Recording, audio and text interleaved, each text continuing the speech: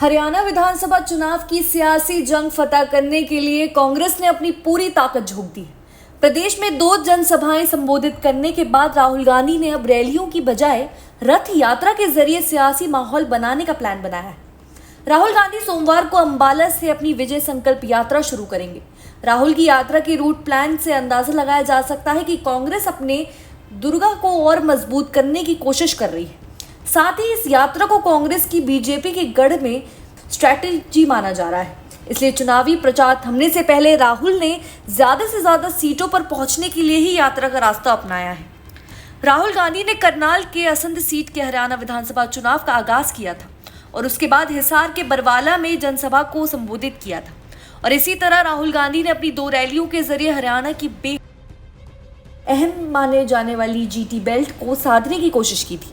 GT belt का इलाका BJP का मजबूत दुर्ग माना जाता है, तो कांग्रेस के लिए वो सबसे ज्यादा मुश्किल भरा माना हुआ है।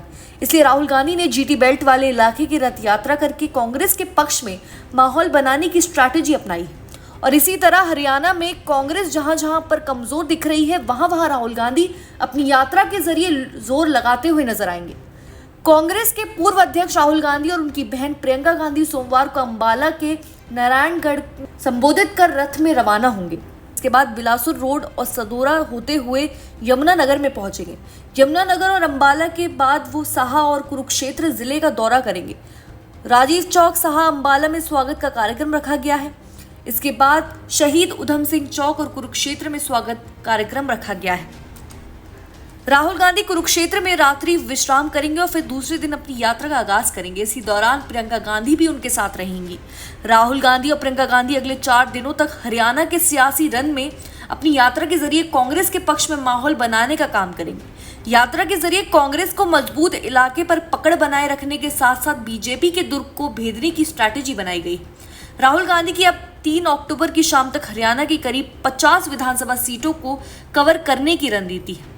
कांग्रेस ने राहुल गांधी और प्रियंका गांधी के हरियाणा में रथ यात्रा का रोड मैप ऐसा तैयार किया है जिसके जरिए बीजेपी के किले को भेदा जा सके।